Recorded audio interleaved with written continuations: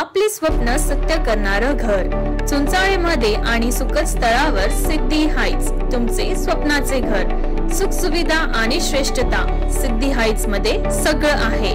तर संपर्क करा 94209743 वर।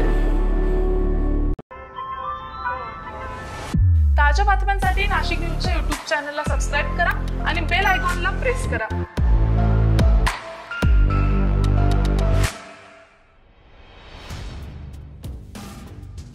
अक्षय तृतीयेच्या निमित्त घागर पुजल्याशिवाय नवीन आंबा खायचा नाही, पहिला आंबा दान करायचा अशी प्रथा उत्तर महाराष्ट्रासह विदर्भ मराठवाड्यातील भागात आहे।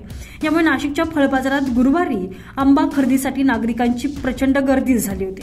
3.5 मुहूर्तांपैकी एक असलेल्या अक्षय तृतीयेला सोने खरेदी केलं जातं, त्यामुळे सराफ बाजारात देखील ग्राहकांसाठी विशेष ऑफर्स आहेत। अक्षय तृतीयेस आखाजी किंवा आखिती असं देखील म्हटलं जातं।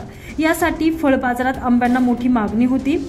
अक्षय तृतीया सणासाठी महत्त्वपूर्ण असलेला हापूस आंबा सध्या महाग आहे। आवक कमी आणि मागणी जास्त असल्यामुळे आंबे अजूनही सर्वसामान्यांच्या आवाक्यात आलेले नाही।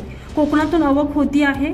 बाजार समितीत कोकणातून हापूस आंबा देखील येत आहे, परंतु यंदा अवकाळी पावसाचा फटका बसल्यामुळे आवक काहीशी रोडावली आहे। आंब्याचं उत्पादन 30 ते 40% घटलं असल्याचं आंबा उत्पादक सांगत आहे।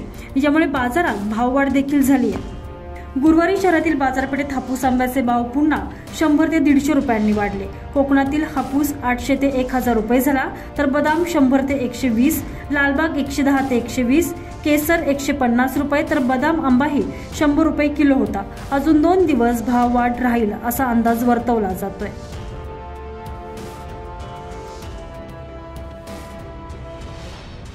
संजय परमार, नाशिक न्यूज, नाशिक।